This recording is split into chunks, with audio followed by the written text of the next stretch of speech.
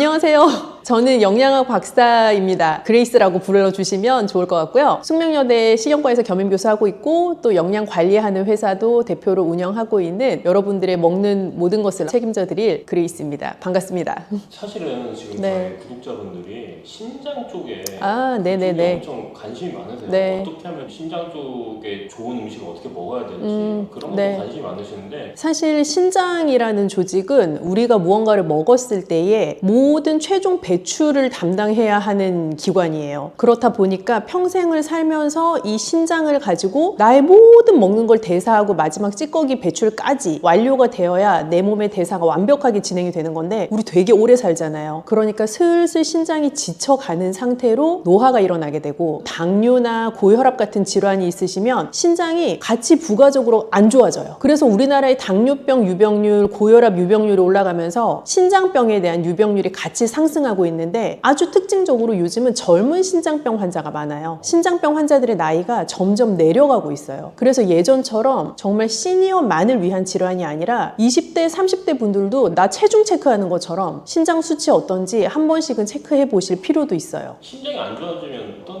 일이 발생하시겠어요?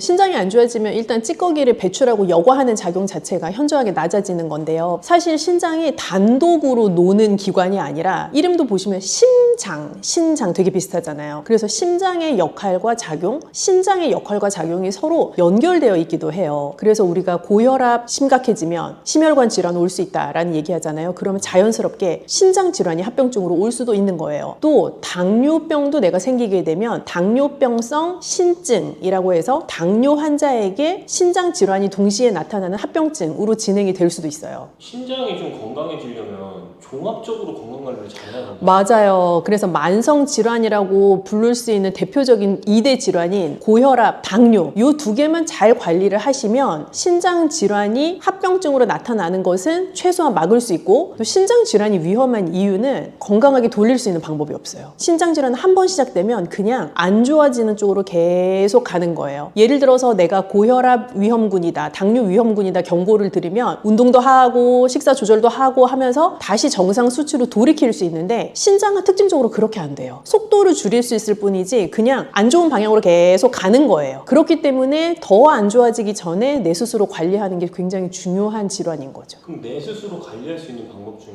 어떤 종류가 있는지 설명해 줄 수 있을까요? 사실은 거의 유일하고도 아주 중요한 게 식사 관리인데요. 먹는 것을 관리하는 것은 아주 중요해요. 그래서 특히 뭐가 중요하냐면 소금 섭취. 그러니까 고혈압 환자랑 같아요. 나 저염식 먹는 거 그리고 평생 지속할 수 있는 저염식 하는 거 굉장히 중요하고요. 두 번째는 단백질. 요즘 보통 머슬업 할 거야 그 단백질 엄청 많이 드시고 50대, 60대 되신 분들도 단백질 챙겨 먹어야 근 감소증 안 온다 하면서 많이 챙겨 드시잖아요. 그런데 신장이 안 좋아지기 시작하면 단백질이라는 영양소는 굉장히 신장에 무리가 가는 영양소가 돼요. 그래서 적정량만큼의 단백질을 챙겨 드시는 게 굉장히 중요하고 또 다음 세 번째는 인과 칼륨이라고 하는 우리 몸에서 정상적인 대사에 꼭 필요한 미량 영양소이지만 신장에는 무리가 될 수 있는 미량 영양소 그걸 잘 적정한 양만큼 섭취하는 게 중요해요. 근데 신장병 환자들에게 제가 적정량이라는 단어를 쓰는 게 참 죄송한데 대체 적정량이 뭐냐라고 많이 물어보시거든요. 단백질의 적정량은 쉽게 탁구공 크기 생각하시면 될 것 같아요. 탁구공을 생각하시면 딱 그냥 그 정도 양만큼 내가 한 번 먹을 때 먹는다라고 생각하시면 대부분 한국인 성인한테서는 적정한 양에 해당할 수 있어요. 칼륨이나 이런 걸 조심해야 된다고 말씀하셨는데 네네. 어느 정도까지 조심해야 되는지 솔루션이 혹시 있으신가요? 네, 그 신장병 환자분들의 문의가 워낙 많아서 사실 저희가 되게 사명감을 가지고 쓴 책이 바로 이것입니다.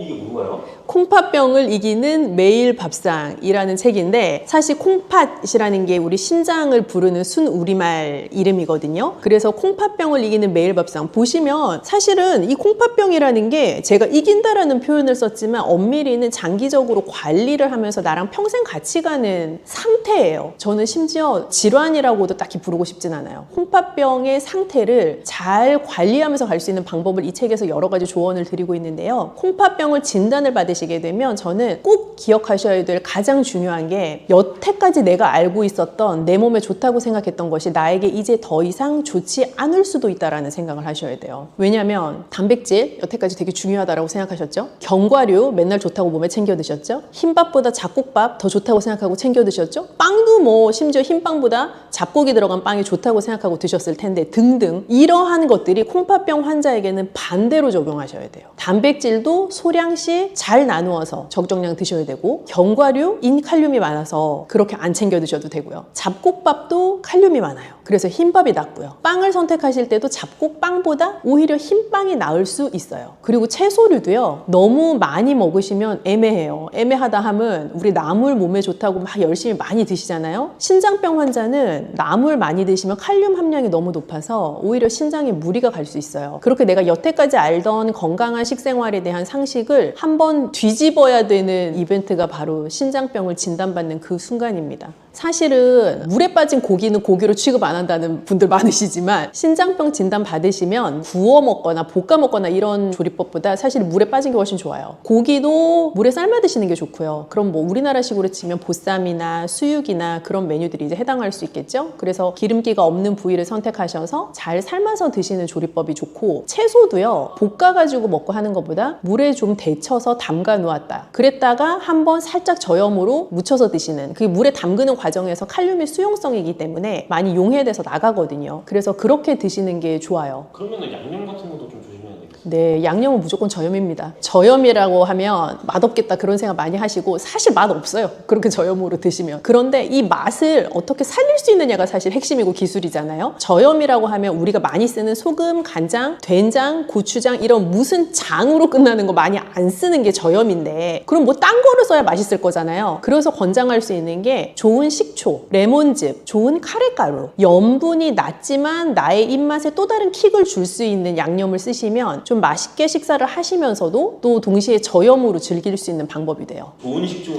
어떤 게 좋은 식초 제가 이렇게 말씀드리면 좀 배신감이 느껴지실 수 있지만 모든 좋은 식재료는 사실 가격과 비례하거든요. 비쌀수록 좋다는 예, 식초는 사실 비쌀수록 좋은데 비쌀수록 좋다라는 것도 잘 생각을 해보셔야 되는 것이 무조건 비쌀수록 좋은 게 아니라 뒤에 성분을 보았을 때 추가적으로 당이 포함되어 있거나 무언가 이걸 인공적으로 발효를 했거나 하는 거 말고 자연 발효로 끝까지 나한테 전달될 때까지 추가적인 당의 애돈 없이 나온 식초가 좋은 식초죠. 그럼 발사믹 같은 게 좋은 예시가 될 수 있나요? 발사믹도 종류가 굉장히 많아서 모든 발사믹이 방금 제가 말씀드린 기준에 해당하는 것은 아니고요. 그래서 자연 발효된 식초를 찾아보겠다라고 생각하시면 좋을 것 같아요. 그럼 마늘은 어떤가요? 마늘은 좋은데 마늘이 또 제가 좋다고 말씀드리면 막 하루에 한 줌씩 드실까 봐 이게 또 감이 너무 좋다고 말씀 못 드리는데 모든 건 적정량이라고 말씀드렸잖아요. 우리가 곰이 사람 되려고 마늘 먹는 거 아니기 때문에 적정량을 드시는 게 일단 중요해요. 한 번 드실 때 한 2쪽, 3쪽 정도는 괜찮을 것 같아요. 그리고 생마늘 드시면 속이 아리는 분들이 있어요. 마늘의 성분 중에 속을 좀 자극할 수 있는 성분이 있기 때문인데 신장병 앓으시는 분들 중에서는 식사하는 재미가 없다라고 말씀하시는 분들이 많으시거든요. 그만큼 가려야 되는 식재료가 많기 때문인데 마늘도 좋다고 해서 생마늘 막 이렇게 드시면 그렇지 않아도 약간 식욕과 밥맛이 떨어진 상태에서 더 속이 불편하실 수가 있어요. 그래서 약간의 올리브유 같은 데 잘 구워서 드시는 것도 방법일 것 같아요. 콩팥을 좀 잘 관리하고 싶으면 네. 절대 피해야 되는 음식도 있을 것 같아요. 절대 피해야 되는 것은 우선 너무 가공이 많이 된 거. 이거는 사실 콩팥병 환자뿐만 아니라 모든 현대인이 일단 절대 피하면 좋은 것 중에 하나인데요. 왜냐하면 가공이 많이 됐다는 것은 그냥 내가 상상해 볼 때 공장에서 많은 프로세스가 진행된 거를 피하겠다라고 생각하시면 돼요. 만약에 당근을 먹겠다? 그럼 밭에서 농부 아저씨가 기르고 그거를 캐서 유통하는 업자가 마트까지 갖다 놓으면 내가 먹는 거잖아요. 얘는 공장에 안 들어간단 말이에요. 그런데 무슨 햄 이러면 뭘 잡아서 갈아서 모든 과정이 공장에서 다 진행이 되고 중간중간 이 햄을 좀 더 빨갛게 보이게 하기 위한 혹은 더 맛있게 보이게 하기 위한 더 반짝거리게 하기 위한 각종 첨가물들이 들어가잖아요. 그래서 그런 공장에서 벌어지는 단계가 최소화된 것이 사람한테 좋은데 그것이 특히 신장병 환자한테는 더 그래요. 그래서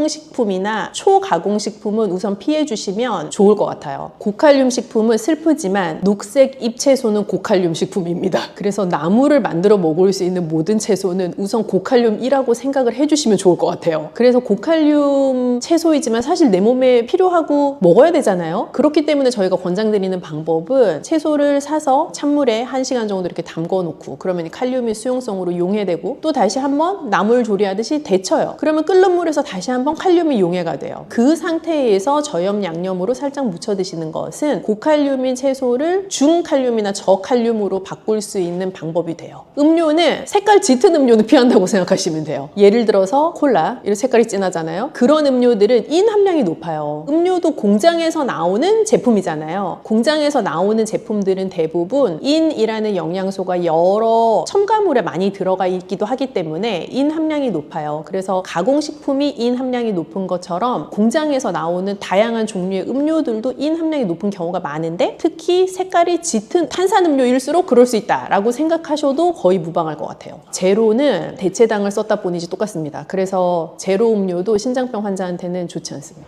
하루 식단을 챙기는 게 너무 쉽지 않아요. 왜냐하면 하루에 3끼나 먹어야 되는데 하루 3끼를 매번 똑같은 걸 먹을 수도 없고 너무 지겹단 말이죠. 그래서 사실 이 책에 보시면 하루 식단을 꾸릴 수 있는 아주 쉽고 간단한 방법이 많이 제한이 되어 있고 게다가 저는 또 이 음식은 예뻐야 된다고 생각하기 때문에 아주 예쁘게 먹을 수 있는 많은 방법들도 나와 있어요. 신장에 좀 고민이 많으신 구독자분들을 위해서 좀 한마디. 네, 사실 신장병에 걸리면 인생 살면서 되게 중요한 재미가 먹는 재미인데 그 먹는 재미를 많이 포기하셔야 된다라는 슬픈 감정을 느끼실 수도 있어요. 그런데 어찌되었건 신장병이 있다라는 것을 알게 되셨다는 건 그만큼 관리할 수 있는 기회가 나에게 주어졌다라는 것이기도 해서 지금부터라도 내가 지금 상태에서 가장 재미있게 즐겁게 맛있게 먹을 수 있는 음식들을 찾아 나가시면 좋을 것 같아요. 그래서 먹는 즐거움도 너무 많이 포기하지 마시고 또 내 상태에 대한 관리도 너무 부정적으로 생각하지 마시고 그 두 개를 잘 밸런스를 이루어 가실 수 있었으면 좋겠는데 그런 방법들을 제가 다른 영상 통해서도 다양하게 한번 제안을 드려볼게요.